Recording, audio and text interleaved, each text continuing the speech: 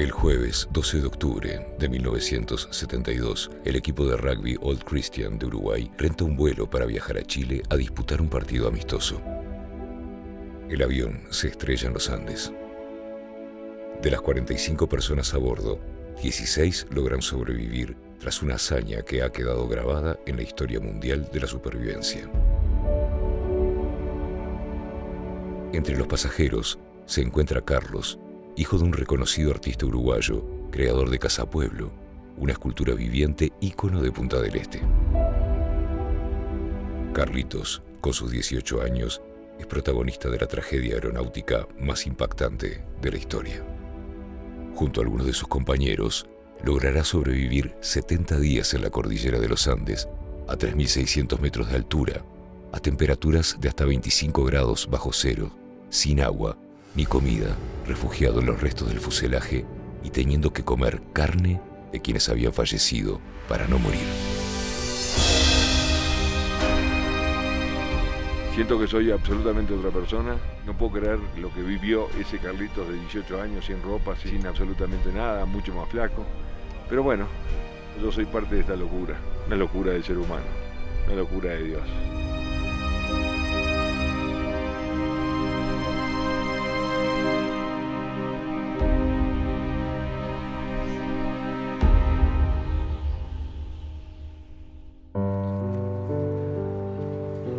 Este es el avión gemelo al que se estrelló con ustedes. El gemelo 572 es este, 571 era el nuestro.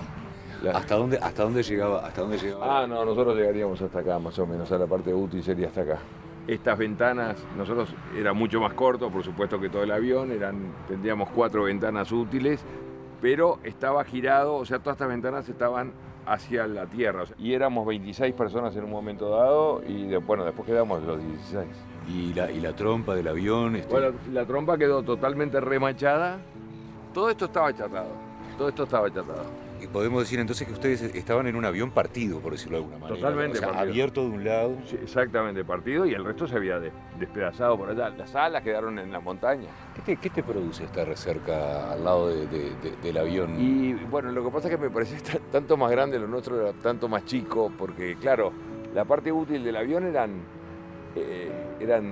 3, 4 ventanas, entonces todo esto no existía, digo, y aparte uno se olvida de lo grande que era el avión, pero el avión era bastante grande.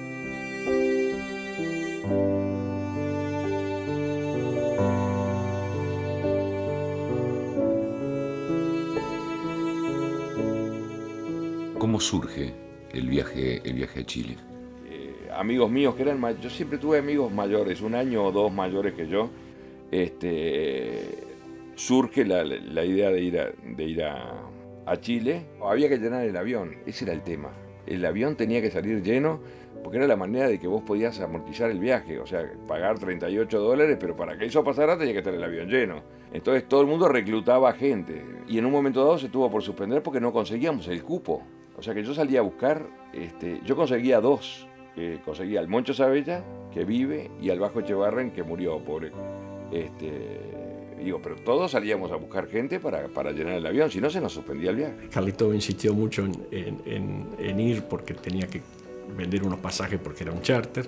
Le decía, no puedo, ya me gasté la plata en vacaciones en primavera, no puedo ir a no puedo. Bueno, entonces vendéselo a alguien, bueno. Yo tenía 13, 14 años, sabía de que iba a viajar. Me había enterado unos días antes de que se iba y en un avión, no tenía muy claro que la Fuerza Aérea, sé que era un avión que habían letado el Christian.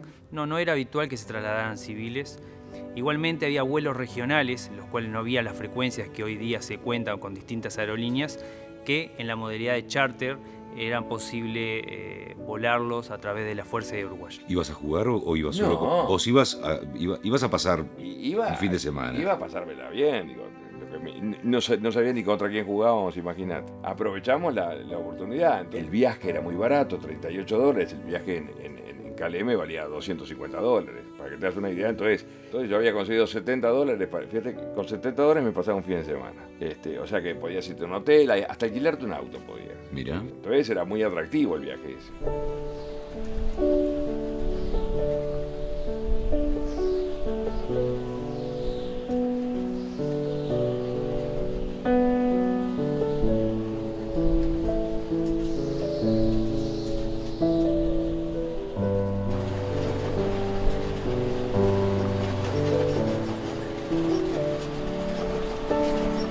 Carlos vuelve a la cordillera con su hija, su hijo, sus nietos y su yerno. Lo hacen a modo de agradecimiento y homenaje a quienes no lograron salir con vida del lugar del accidente. ¿Estás nervioso? ¿Sabes qué me provoca un poco miro eso y me provoca un poco de miedo? El frío en sí mismo me provoca miedo.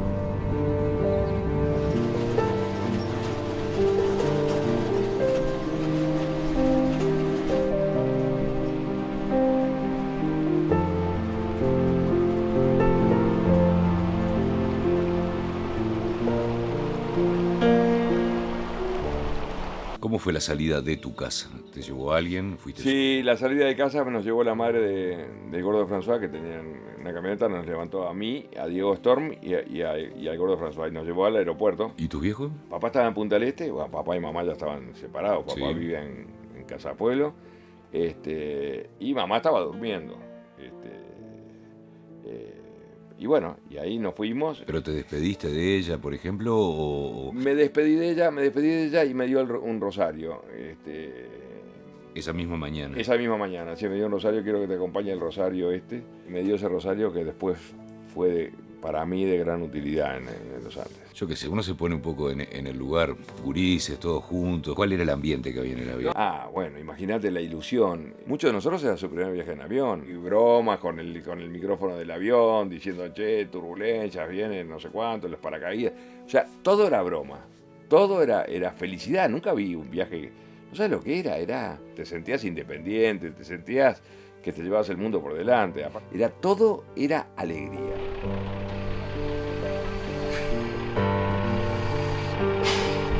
Sin darse cuenta, ya están a 1500 metros de altura, rodeados de enormes montañas que evidencian que queda mucho por andar para llegar a los 3600 metros, donde se encuentra el Valle de las Lágrimas, que como si fuese una paradoja, así se llama el lugar donde quedó parte del fuselaje luego del accidente. Y el recorrido va a llevarnos hasta el campamento base, unas 7-8 horas de cabalgata, de andar. El día siguiente también nos va a llevar un poco más, tal vez unas 7-8 horas más, completar el recorrido hasta el memorial.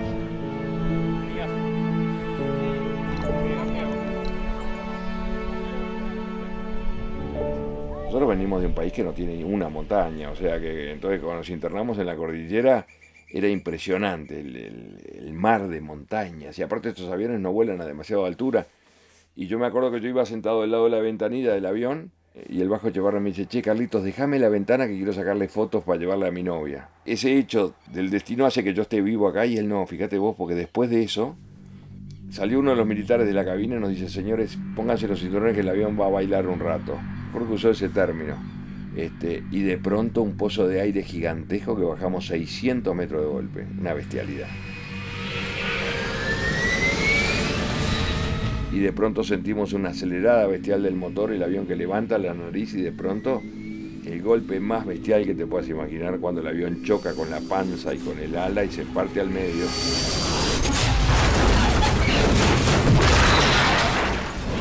Y vuela la parte delantera y cae en una especie de pista de esquí con tal suerte que no tocamos una sola roca, porque una sola roca que hubiéramos tocado se hubiera despedazado el fuselaje. Y ahí se desplaza como 2 kilómetros.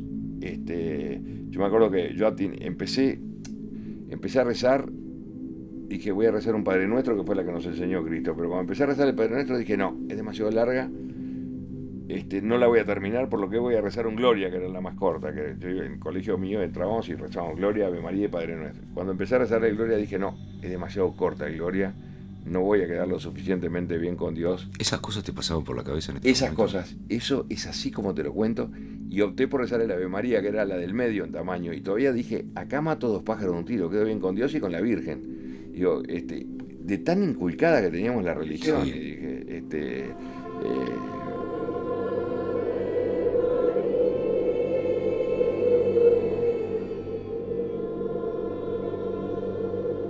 Según los testigos, antes del impacto hubo una dada de motor, o sea, los pilotos dieron potencia para tratar de salvar el obstáculo que eran las montañas, los picos de las montañas. Quiere decir de que ellos no tenían pensado en la ruta de vuelo encontrarse con montañas. Una vez que perforaron la capa y vieron esos picos de montaña, tuvieron que dar potencia y tratar de llevar el avión a una mayor altitud. Obviamente que por razones físicas no les dio la distancia y la potencia como para salvar ese obstáculo, y fue cuando impactó el ala, la cola y la siguiente ala.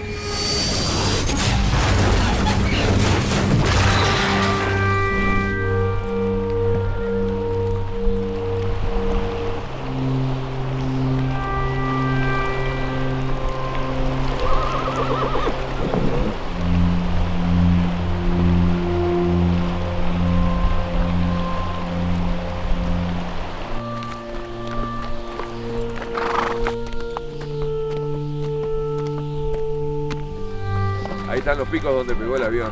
Ahí están, que le llaman los gendarmes.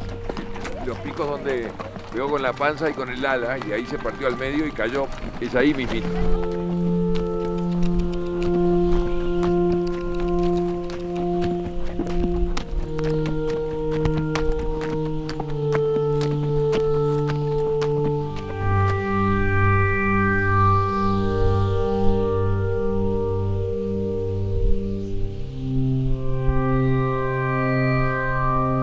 Todos cuando nos subimos a un avión pensamos que el avión se va a caer, pero cuando se cae, vos decís, esto no me puede estar pasando a mí. ¿Qué es lo que pasa por la cabeza tuya cuando terminás de rezar? Bueno, cuando termino de rezar, el avión para. O para y termino de rezar. Yo no me acuerdo cómo fue la secuencia. La cuestión es que todos los asientos se van para adelante, quedamos todos apretados entre un remolino de fierros. Y aparte muertos de miedo también. Porque ves muertos, ves. Era una situación totalmente anormal. ¿Qué es lo que pasa cuando vos ves a un amigo, una persona con la que compartiste horas, infancia, con la que venías divirtiéndote, estabas pasando, como vos dijiste, la aventura de tu vida? ¿Cómo es darse cuenta, tocarse que ese amigo está muerto? Claro, pero es que en ese momento cuando saco las piernas de ahí, todavía no sabía cómo era el panorama. Al punto que me encuentro con Roberto Canessa, lo veo a Roberto Canessa que estaba haciendo lo mismo, saliendo de abajo un asiento, lo que sea, y mirá la pregunta ingenua, che, Canessa, Roberto, no pasó nada, ¿no? Mirá la pregunta que yo le hago. Y Canessa me dijo, no, Carlitos, esto es un desastre. Y cuando empezás a analizar la situación y ves gente herida, gente muerta y todo eso, te das cuenta que realmente era un desastre. Habíamos caído a 4.200 metros de altura, donde las nieves son eternas, 25 o 30 bajo cero, sin ropa, en esas condiciones, y bueno, muchos de nosotros nunca habíamos visto un muerto en la vida. Por eso te digo. Pero bueno, yo creo que el ser humano tiene una especie como de instinto de que te querés proteger de alguna manera. Y bueno. En el momento del accidente mueren 13 personas. Durante la primera noche, 3 más. Estamos hablando de esa primera noche. Esa primera noche me imagino que estaban todos despiertos, sí, ¿cuál era el ambiente que había? Sí, todos despiertos y todos doloridos, porque por más que yo no tenía una herida grave, pero estaba golpeado. Estaba golpeado, sí. Tenía un esguince de tobillo, o sea que estaba todo dolorido y muerto de frío. Yo estaba con un par de medias de nylon, eso me las pasé los 70 días con un par de medias de nylon. Había gente que desvariaba también, había uno que se creía presidente de la República, o sea, había locura. Y ahí empieza lo que es la lucha por la vida. En la cordillera comienza la lucha por la vida. En el mundo, la noticia de que un avión de la Fuerza Aérea Uruguaya se perdió en los Andes. Una vez que se supo de la posibilidad de un accidente, la Fuerza Aérea Chilena envió una aeronave de búsqueda. Se trataron, con los medios que habían en esa época, de tratar de encontrar inmediatamente la aeronave o los posibles supervivientes. Se pasó muy cerca de donde había impactado la aeronave, pero por razones del fuselaje, el mismo color, las tormentas de nieve que había en esos momentos y en esos días, la posición donde se encontraba dificultaba lo que era la búsqueda. Después de que se supo la noticia, bueno, nos fuimos con papá a la casa de Madelón de la madre. Contrariamente a todas las otras familias que tenían hijos en el avión, acá se vivía nunca se pasaba por la cabeza de que había muerto, nunca. Madelón siempre, hasta el último instante, pensó que Carlitos estaba vivo. Pasa la primera noche, amanece, ¿qué es lo que pasa? Bueno, eso es lo que tiene la paradoja de la cordillera. El amanecer del sábado 14, fue espléndido. Nunca vi un amanecer tan lindo. un amanecer rojizo, sin una nube en el cielo, y por otro lado el drama. Y ese día pasaron por arriba nuestros 2 aviones 2 veces, aviones de búsqueda. Naturalmente que nosotros les gritamos, lloramos, nos abrazamos, convencidos que nos habían visto, porque alguien dice, sí, se movió, no sé. Y ahí empezamos a esperar a que nos vengan a buscar. Y Carlitos fue de los que sufrió una transformación de personalidad más drástica. Como él mismo lo dice, él era un niño mimado, 18 años, y de repente se enfrenta a la vida muerte, o la vida y la muerte, o la muerte como elemento inherente de la vida de golpe.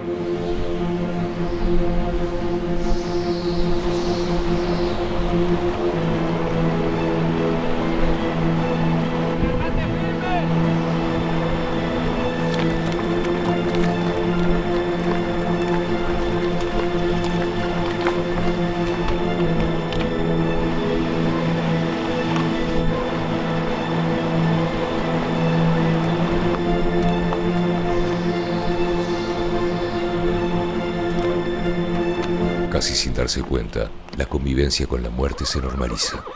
No hay tiempo para lamentos ni llantos y van quedando atrás las individualidades. Cuando se da que una situación como esta, donde hay un grupo de gente, imagino que empiezan a aflorar los talentos de cada uno.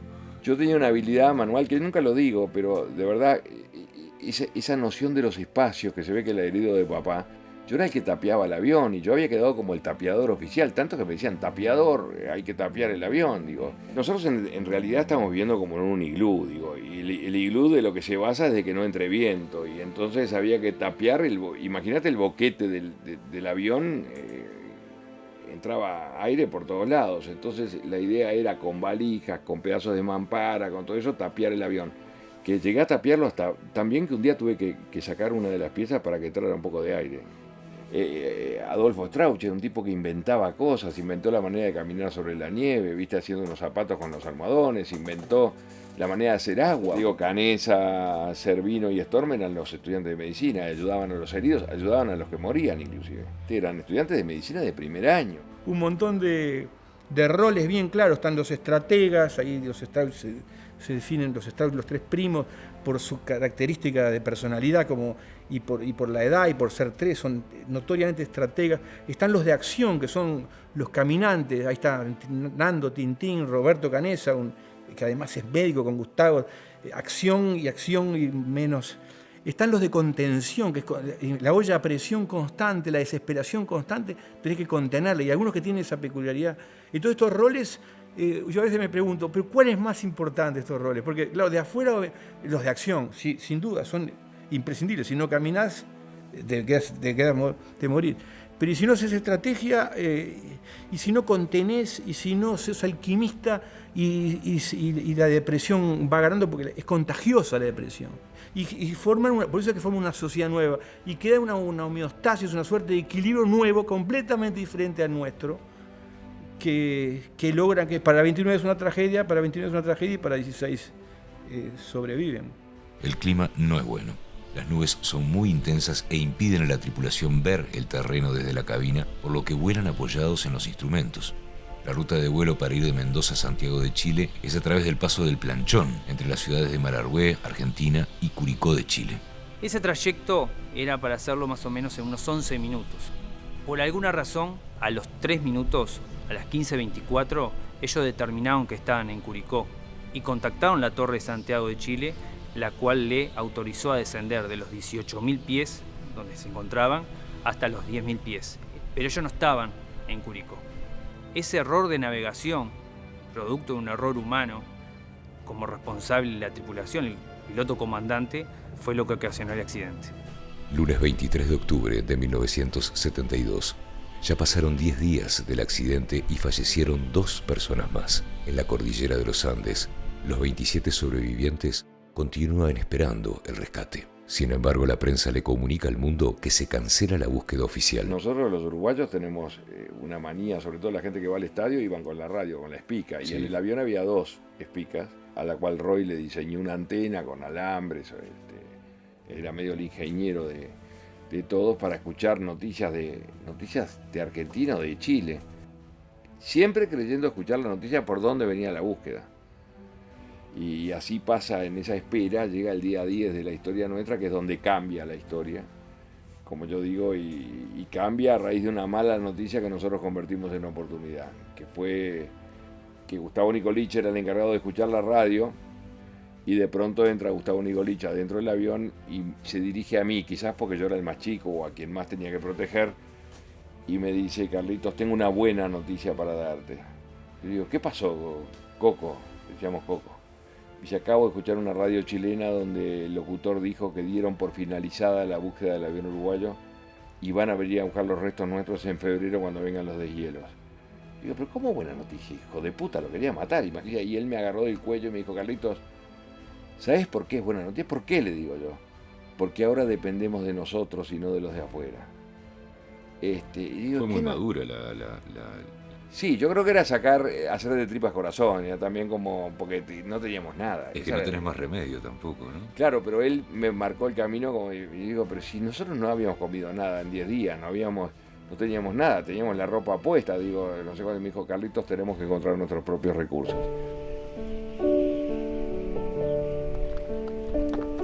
Después de enterarse que el mundo los abandonó, de soportar temperaturas bajo cero, alimentándose de pequeñas raciones de chocolate y una lata de conservas, tienen que tomar una decisión: vivir o morir. Carlitos, ¿cuándo llega el momento en el que se toma la resolución de que tenían que alimentarse y que para eso iban a tener que tomar lo que había, y lo que había eran cuerpos? Eso se toma inmediatamente después de escuchar la noticia que no nos buscaban más. Ahí es donde, cuando yo digo: bueno, tenemos que encontrar nuestros recursos. Y ¿Quién fue el que dijo? ¿Quién fue el que tomó, el que hizo la propuesta, por lo menos?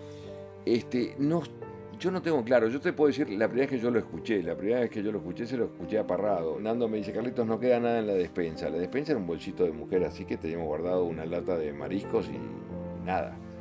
Y Nando me dice: Carlitos, yo me como al piloto. ¿Así nomás? Así me dijo. Muchos lo habían pensado, pero pocos lo habían manifestado en voz alta. Y Carlitos hace esa especie de jugada de comunicación muy sagaz, ¿viste? Para que esa cosa que tiene muy frontal él, de que las cosas se pongan de manifiesto, que no queden ocultas, sino que se pongan de manifiesto, máxime cuando son elementos imprescindibles para que ese grupo al borde de la muerte pueda seguir estirando la vida, que es lo que lo logra. Yo también había pensado que la solución era por ahí, pero yo no me animaba, yo era el más chico de todos. Y lógicamente es que la idea era, primero que nada, el piloto por varias razones. Parrado había perdido a su madre y su hermana. Entonces, obviamente se agarraba con el responsable. Digo, ¿quién era el culpable del accidente? De alguna manera era él. Y además el desconocido. No vas a empezar por un amigo. La muerte es tan inherente a la vida en el caso de ellos, al punto que viven gracias a los muertos, porque se alimentan con cadáveres, que me parece que es una idea sublime, y particularmente sublime el pacto de entrega mutua, o sea, que yo entrego mi cuerpo para que el otro viva. Entonces, la muerte, al ser inherente a la vida, tiene un encare de la vida y la muerte completamente distinta de nosotros. ¿Cómo hacían? ¿Cómo trozaban a la persona? Los que tomaron la acción fueron los estudiantes de medicina. Un poco impulsados por nosotros mismos, porque dijimos: bueno, ustedes son estudiantes de medicina, asumíamos de que tenían más contacto con la muerte y bueno, y se ocuparon. ¿Qué gusto tiene la carne? No tiene un gusto, y sobre todo congelada, no tiene gusto a nada. La realidad es esa, bastante insípida. Se comía de forma inteligente, en el sentido de que, habiendo estudiantes de medicina, dijeran: bueno, esto lo estamos haciendo porque tenemos que sobrevivir. El hígado, por ejemplo, que de pronto tendría más calorías o más nutrientes para ustedes.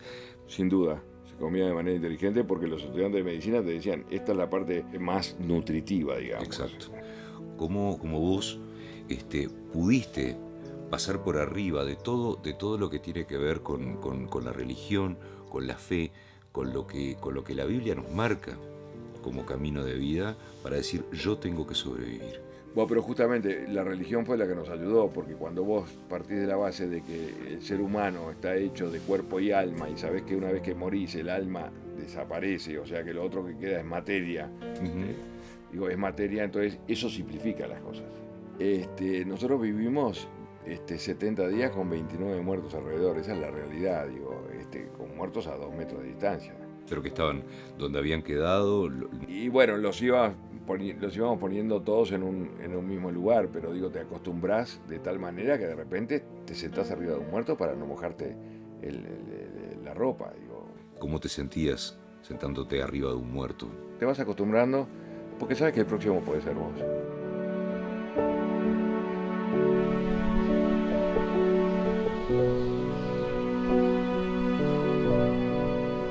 En este momento nos encontramos en el campamento El Barroso, que es el campamento base. Estamos a 2.500 metros de altura sobre el nivel del mar y obviamente aquí lo que le recomendamos a todos son los movimientos lentos, los movimientos pausados, ya que el oxígeno para aquel que viene del llano es una diferencia importante que el cuerpo lo detecta enseguida y esa ausencia de oxígeno puede provocar mareos, puede provocar dolor de cabeza, en algunos casos algún otro malestar, pero básicamente a esta altitud es eso.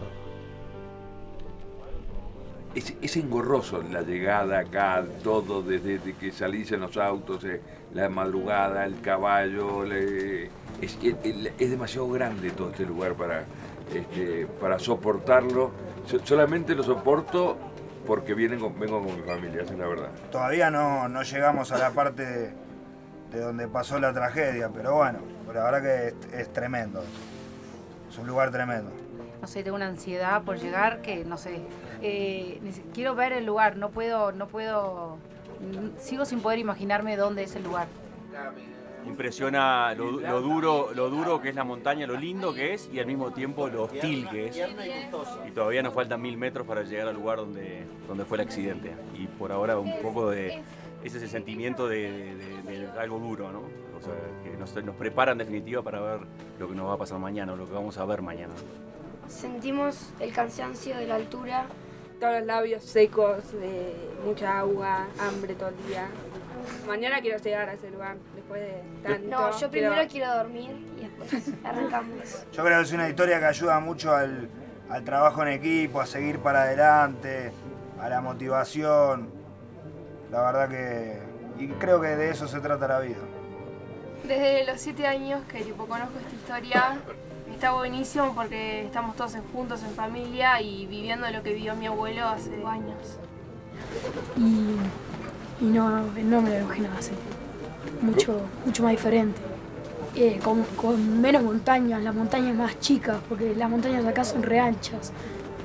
Son enormes. Se me vienen imágenes, sí. Cuando vine acá se me vienen muchas imágenes. Un momento de agradecer de que estamos vivos.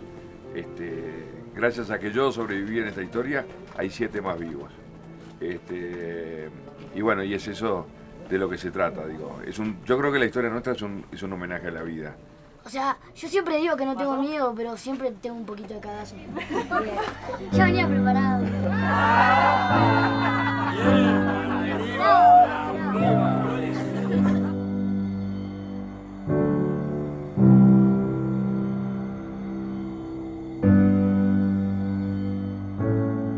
Carlitos, tú tuviste conversaciones con tu madre estando allá, ¿es cierto eso? Sin duda, sí. ¿Cómo eran esas conversaciones? Descríbeme. Pero más que conversaciones eran transmisiones. Yo miraba la luna y yo decía, esto seguro la está mirando mamá. Y curiosamente cuando llegué a la civilización le decía, mamá, yo siempre miraba la luna porque pensé que vos la estabas mirando. Me dijo, yo salía afuera a mirar la luna porque sabía que tú la estabas mirando.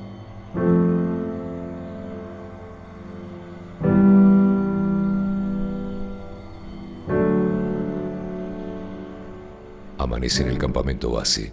Carlos y su familia tienen por delante 5 horas de cabalgata en un ascenso de 1000 metros para alcanzar los 3600, donde se encuentra el Valle de las Lágrimas. Y ahora ya estamos aprontando los caballos tempranito para poder arrancar para el lado de la cruz ahora. En un ratito estamos arrancando para allá. Y para mí un caballo es como un ser más de la familia. Es algo todo. Sin el caballo no somos nada. Estamos ahora adentro del gemelo de ese avión. ¿Cuántas personas y cómo se acomodaban? Más o menos. Y bueno, más o menos estábamos mitad y mitad de un lado y mitad del otro. Pero ¿qué pasaba? Como el avión estaba inclinado, los que estaban más cómodos estaban en realidad más abajo. Por lo que cuando entró la nieve, que entró adentro del fuselaje... ¿Cómo fue eso, perdóname, de la luz? Eran las 3 de la tarde, estábamos adentro del avión, estaba nevando y de pronto sentimos el ruido como una tropilla de caballos que bajaba de lo alto y de pronto se nos llenó el avión de nieve, nos tapó. Todo lo que yo había tapiado con valijas y todo cayó arriba de todos, quedamos todos tapados de nieve, menos Roy y yo. Y empezamos a escarbar a tratar de sacar a los que pudiéramos. Y ahí es donde yo lo encuentro con la cabeza de Parrado, que había logrado sobrevivir abajo de la nieve porque le vino a la cabeza un artículo de aquella revista Selecciones del Reader Digest que decía que debajo de la nieve, si respirás con calma, se puede porque la nieve tiene poros, tiene aire. Y él mantuvo la calma hasta que llegó mi mano y lo sacó. El hecho de que yo lo salve a Parrado es lo que permite que después Parrado nos saque a todos de la historia. Esa es la realidad.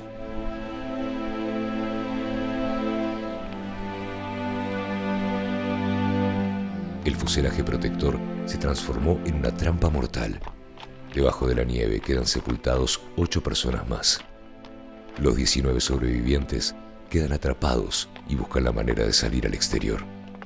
¿Tu cumpleaños lo pasaste ahí? Cumplí 19 años, abajo de la avalancha, porque la avalancha fue un 29 de octubre. Y salimos de abajo de la avalancha el 1 de noviembre. Ahí pasamos 3 cumpleaños. Pasamos el cumpleaños de Numa Turcati, que fue el 30, el 31 de octubre, que fue el mío, y el 1 de noviembre, que fue el de Pancho Delgado, y el de mi padre, que fue una de mis motivaciones para poder salir de abajo de la avalancha. Junto con Roy logramos retirar la ventana de la cabina del piloto y salimos afuera.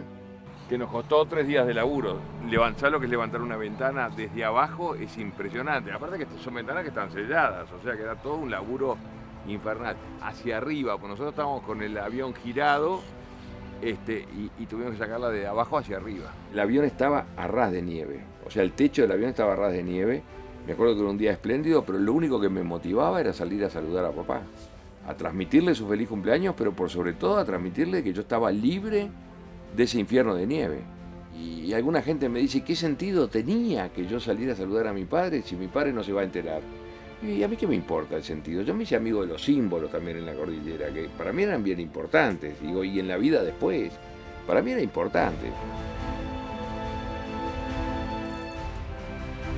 ¿Qué pasa con tu costado religioso? ¿Tus compañeros también lo compartían? ¿Rezaban en grupo, por ejemplo? Sí. Yo empecé a rezar el rosario que me había dado mi madre, y el rosario era un momento de unidad, era un momento de no pensar en otra cosa, era un buen momento. Y Adolfo se negaba a rezar el rosario, hasta que un día vino una tormenta espantosa que le dije, te pido por favor, Adolfo, rezá, y empezó a rezar, y no me preguntes por qué causa, pero la tormenta se calmó.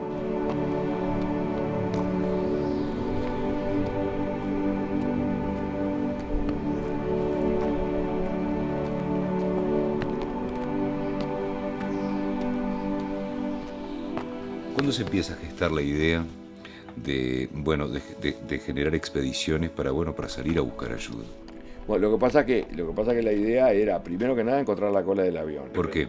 Porque en la cola del avión estaba todo el equipaje nuestro y estaban también las baterías del avión. Estos aviones llevan las baterías en la cola y el radio transmisor va adelante. Porque pensábamos hablar por radio, esa era la idea que teníamos. Sí, obviamente. Juntar las baterías a la radio y hablar por radio. Las valijas irían acá atrás. Claro, obviamente que las valijas iban acá. Yo calculo que encontrar las valijas era importante también, ¿no? Era importante, muy importante porque teníamos ropa. Tampoco teníamos ropa muy abrigada porque era octubre, pero teníamos ropa y era lo nuestro. Tener las cosas nuestras, yo nunca me olvido una frase de Roy cuando encontró su valija, que levantó la tapa y le vino el olor a su casa. ¿Te acordás que las casas antes tenían un olor particular? Cada casa tenía un olor. Dice, yo siempre lo tomo como imagen, levantó y sintió el olor a su casa. Me parece maravilloso como es él.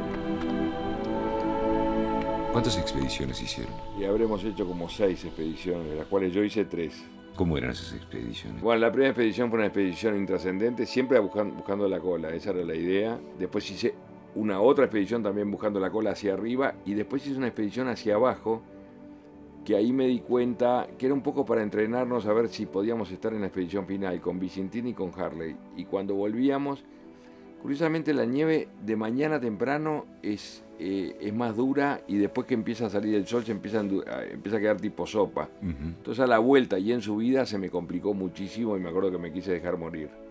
Me puse a llorar y me quise dejar morir porque me di cuenta que no llegaba al avión. Y finalmente Roy y Vicentín me ayudaron a seguir adelante.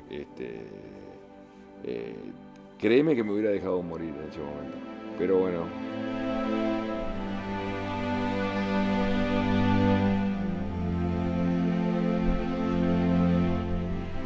Cuando encontraron finalmente la cola, siempre digo que si encontraron algo de comer en la cola, nunca nos lo dijeron, estaban todas las valijas. Y estos nunca nos lo dijeron, ni nos lo dirán, digo, porque yo le decía, pero che, algo adentro de la valija, algún chocolate, siempre lo negaron.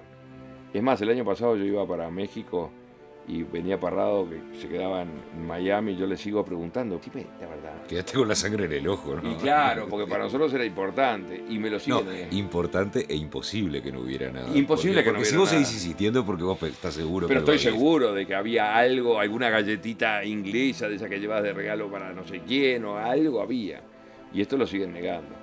Pero trajeron también de la cola una tela acolchada que sirve para el aislante de la calefacción o el aire acondicionado, que cuando yo la veo yo digo, che, esto se puede transformar en un bolso de dormir para los expedicionarios. Pero no solamente tuve la idea, sino que yo sabía dónde había una bobina de cobre, que había un hilo de cobre, y me pongo a coser un bolso de dormir para 3. Yo digo que es el orgullo mayor de las cosas que he hecho en mi vida, fue ese bolso de dormir, porque fue mi aporte a las noches más heladas para que estos pudieran salir adelante. Martes 12 de diciembre de 1972. Ya pasaron 61 días y murieron 3 personas más. De los 16 sobrevivientes, 3 se preparan para la expedición final. Fernando Parrado, Roberto Canessa y Antonio Vicentín comienzan a escalar la montaña hacia el oeste, seguros de llegar a la cima en busca de ayuda. Cuando salen a caminar ellos, Parrado, Canessa, Vicentín y mi bolso de dormir, yo les doy un valor humano. Y salen a caminar y caminan unos 20 metros y Parrado vuelve hacia atrás y me dice, Carlitos, antes de irme quiero darle un beso a la cruz de tu rosario. Y le da un beso a la cruz del rosario y a cambio me entrega, él había comprado un par de zapatillas en Mendoza para su sobrino de 2 años. Y me entrega una y me dice lo siguiente, me dice, Carlitos, él me protegía bastante. Carlitos, te prometo que voy a venir a buscar el par. O sea, voy a venir con ayuda. Me dice, pero si eso no pasa y yo no vuelvo, o sea, me muero en el camino, y ustedes tienen que disponer de mi madre y de mi hermana para alimentarse, háganlo. Entonces digo, no solamente Parrado tenía los cojones de salir a buscar ayuda, sino que además me daba una autorización innecesaria, pero lo hizo, de alimentarnos de lo más sagrado que tenía, que eran su madre y su hermana.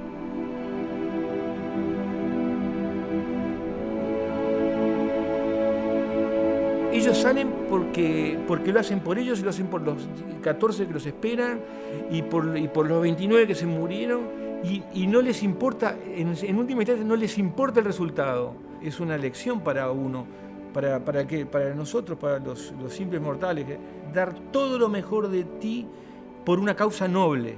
Y si tenemos éxito, bien, y si fracasamos, también está bien. Eso es la caminata. Lo que ellos pensaron subir en un día, demoraron 3 días. Y al tercer día vimos que uno bajaba. Entonces nosotros dijimos, ante tanta noticia negativa, dijimos, bueno, los otros 2 se han muerto. Y fuimos al encuentro. Lo que demoraron 3 días en subir, demoró 3 horas en bajar. Cuando llegamos a él era Vicentín, que venía con la noticia de que habían llegado hasta la cima de la montaña. Y cuando llegaron a la cima de la montaña, en vez de encontrarse los verdes prados chilenos, que era lo que suponíamos que tenía que haber, se encontraron con un panorama patético y desolador, que eran montañas y más montañas y más montañas. Y ahí tomaron la decisión, Parrado y Canessa, de quitarle la comida que tenía Vicentín y su ropa y lo mandaron al fuselaje, con un mensaje para todos nosotros de que ellos 2 iban a seguir adelante aún hasta morir.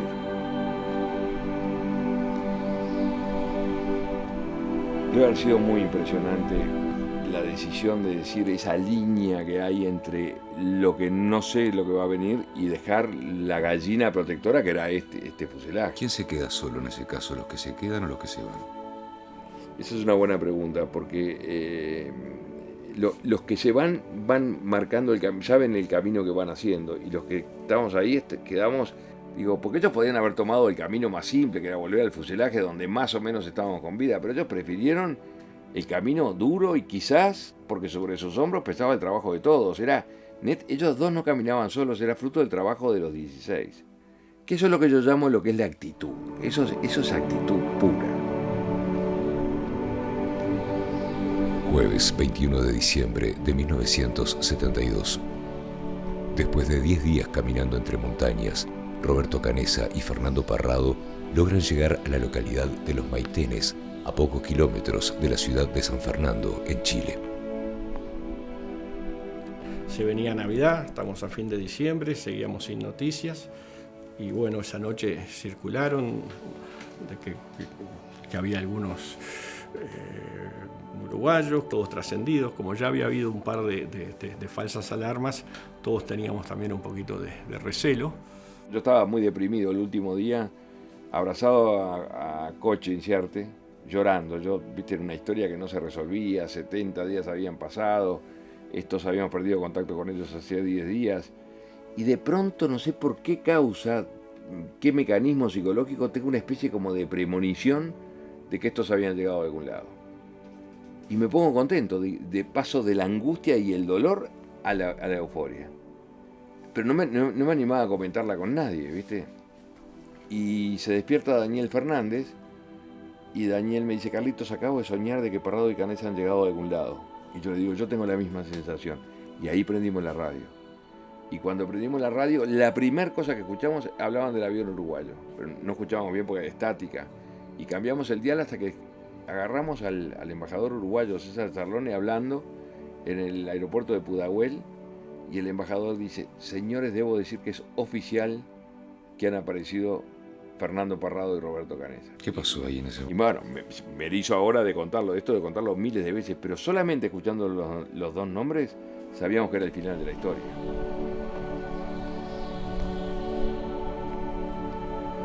Llegamos. Qué momento. La verdad, viejo, que es una... Estoy encantado de haber venido con mis hijos, eso es lo único que puedo decir.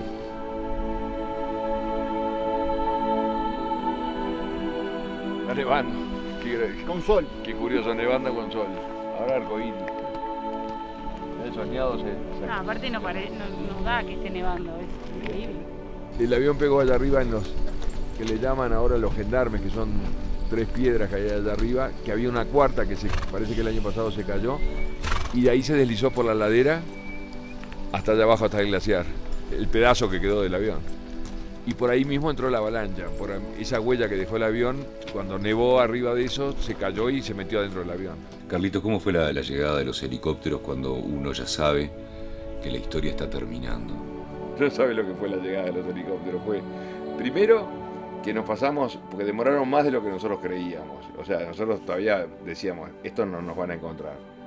Y de pronto, mirando ese valle donde nunca habíamos visto nada, empezamos a sentir en la lejanía ese ruido, que es un ruido, cuando veas un helicóptero te vas a acordar de mí, digo, porque es algo que se siente de muy lejos, sobre todo cuando hay montañas por el eco, que se empezaba a sentir aproximarse hasta que de pronto irrumpen en ese valle. Yo los veía como 2 pájaros gigantescos, portadores de libertad. Nuestra lucha había sido tan humana que no lo podía ver como algo mecánico, que empezaban a avanzar hacia nosotros. Fíjate lo que fue para nosotros ese momento, con los brazos en alto, lo que era para nosotros, pero lo que debe haber sido para los pilotos, de encontrarse con tipos que estaban vivos ahí después de 70 días, eso debe haber sido alucinante. Y empiezan a dar vuelta y veo la figura de Nando Parrado en una de las puertas del helicóptero, que estaba haciendo señas, curiosamente a mí, después me enteré por qué. Era porque él ya se había enterado de que papá estaba atrás en la búsqueda. Siguen bajando los helicópteros y a 7 metros de altura o 10 metros de altura se descuelgan 3 personajes del Cuerpo de Socorro Andino. Y cuando cae uno de ellos, que se llamaba Sergio Díaz, empieza a gritar mi nombre. ¿Quién es Carlitos Páez? ¿Quién es Carlitos Páez? Yo digo, ¿y este mono a mí de dónde me conoce? Pues digo, Yo me había caído hace 70 días, no sabía ni dónde, y aparece un mono desde el cielo gritando mi nombre. Le digo, soy yo. Dice, no, es que tengo 2 cartas para usted. ¿Cómo 2 cartas para mí? Yo no entendía nada. Y ahí me entrega 2 cartas, 2 papeles escritos en rojo. El primero de ellos decía así: querido Carlitos Miguel, como ves, nunca te fallé. Te espero con más fe en Dios que nunca. Tu madre llega ahora nomás a Chile. Un abrazo, el viejo. Yo no podía creer que después de todo lo que yo había peleado por llegar con mi familia, de hecho me daba cuenta que del otro lado era igual. Y la segunda carta, que era todavía más linda que la primera, tenía un helicóptero dibujado y una carta dirigida a todos, que decía: hola chicos, acá les mando un helicóptero como regalo de Navidad, porque era 22 de diciembre. ¿Qué cosa más linda podía estar viviendo yo? Lo que recuerdo primero es la conmoción. Recuerdo el protagonismo, legítimo protagonismo de Páez Vilaró, que había siempre sido como la obsesión pública de que estaban vivos, de que su fe le indicaba de que estaban vivos. El artista Carlos Páez Vilaró, padre de Carlitos, se encuentra en Chile buscando a su hijo como tantas otras veces. Es así que le entregan una lista con los nombres de los sobrevivientes y él decide leerla en vivo por radio. Por favor, adelante tú desde San Fernando. Bueno, mi querido, te voy a decir los nombres de los chicos. ¿Tú me escuchas? Te escucho. Adelante, por favor. Eduardo Estrado Furioste. Repítamelos 2 veces cada nombre, por favor. 2 veces cada nombre. Empecé a leer Carlos Padre, la lista. Ahí nos enteramos, bueno, de Carlitos Miguel y del resto de los 14 sobrevivientes. Fue de lo más emotivo. Antonio Vicentín, Álvaro Mangino. Yo estaba con mis padres y mi hermana y sin embargo me subí a mi cuarto y la quise escuchar solo, porque tenía mucho miedo. Fue muy impactante porque allí también había familiares de muchachos que estaban en la lista y había familiares de muchachos que no estaban en la lista. Y ahí empieza la cosa del 1 en 3. Y a los que éramos los amigos era como si se iban arrancando un pedazo de las vísceras. Daniel Fernández, Carlitos Miguel Páez, mi hijo.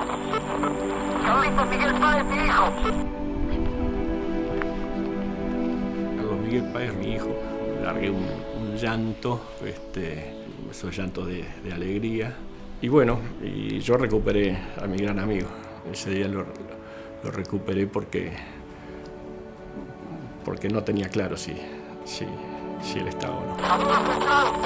Adolfo Estrado, Gustavo Cedrino, Cedrito Algorta, Roberto Caneta, Fernando Parrado. Parrado perdió a su madre y a su hermana. Y su padre, en el mismo momento, supo que estaba vivo su hijo, pero que se habían muerto su esposa y su hija. Es 2 veces se te muere, porque ahí sí se murió. Pero ya se había medio muerto antes, entonces fue trágico. Ese día muy, muy trágico. Alfredo Delgado, Roberto François. A ver un momentito. Y aún aquellos que de alguna manera fueron agraciados con el hecho de que sus familiares, sus hijos estuvieran en la lista, conocían a quienes no estaban en la lista. Entonces, esa cosa tan terrible de los que están y los que no están, los unos y los otros. Roy Harley, José Luis Inciarte, Ramón Cabella, Javier Metol. Esta sería la lista de los cuales el mundo ha sido rescatado. Y cuando termina la lista, y dije, conté mal, porque yo estaba contando, así contaba ya, y conté, y dije, no conté mal, me están faltando, y ya y no había más, y se terminaba la lista. Pero no, conté mal, falta gente, porque faltaba gente. Y era una dualidad, porque en el mismo momento habíamos perdido íntimos amigos y habíamos recuperado otros amigazos. En mi caso primó la alegría por Carlitos. Y ahora le pido perdón a los amigos que perdí y que no los contemplé en su momento, pero ellos saben que después las oraciones siempre están para todos ellos. Acá hay que agradecer. La verdad que es el único sentido que tenía esta avenida, era venir con los chicos, para mí. Un poco para que vean y vivan lo que vivimos en aquellos terribles 70 días, que lo valoro hoy más que nunca, después de haber vivido estos dos de cabalgata. Acá hay que pensar que quedaron 29 compañeros, 2 íntimos amigos, y bueno, pero la vida continúa, así está la vida. Siento un milagro yo por existir, gracias a esto. Vine en plan agradecimiento absoluto, pero este lugar me trastornó. Es demencial. No lo puedo explicar con palabras. Nunca había sentido una cosa así. Gracias. Impresionante haber llegado acá donde cayó mi viejo. La verdad, espeluznante. Impresionante los que pudieron salir de acá. Y se siente una energía que no es negativa, sino que como que te protege desde donde estén, ¿no? Te da como mucha fuerza, una carga eléctrica. La verdad que es una cosa de locos este lugar. La verdad que es difícil de describir, es una cosa tan linda y tan dura al mismo tiempo. Es nada, hay que venir para verlo en realidad de primera mano lo que es esto, ¿no? Sentir que los pies te pesan, sentir que el aire no te entra, el frío, el calor, todas esas cosas que pasan en pocos minutos, es una cosa, la verdad que pueden haber salido de acá, de este lugar, que ahora está sin nieve. Y es impresionante, yo creo que si estuviera así, yo no sabría para dónde ir. Que estando lleno de nieve, que hayan podido salir de esto, yo creo que fue la inconsciencia, totalmente. La inconsciencia y la fuerza de Nando y de Canesa, que la verdad que es totalmente admirable. Rezar ahí arriba es como estar más cerca de Dios. Yo creo que te escucha. Siempre nos escucha, pero creo que acá arriba está más cerca.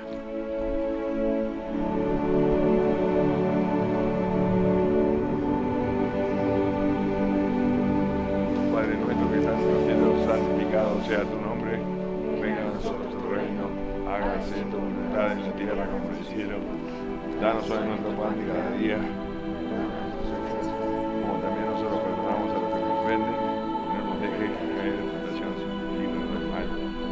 Dios te salve María, llena eres de gracia, el Señor es contigo, bendita tú eres entre todas las mujeres, y bendito es el fruto de tu vientre Jesús. Santa María, Madre de Dios, ruega por nosotros pecadores, ahora y en la hora de nuestra muerte. Amén. Gloria al Padre, al Hijo y al Espíritu Santo, como en el principio, ahora y siempre, por los siglos de los siglos. Amén. ¿Cómo es volver? Yo creo que es un punto final y bueno, y pasé la última noche, ya me quería volver, la verdad, y bueno, pero contento de haber ido, contento de haberme ido también, y bueno, dejar una historia atrás. Internamente yo creo que le puse punto final. ¿Quién se llevó en ese grupo mejor con la montaña en esos 70 días?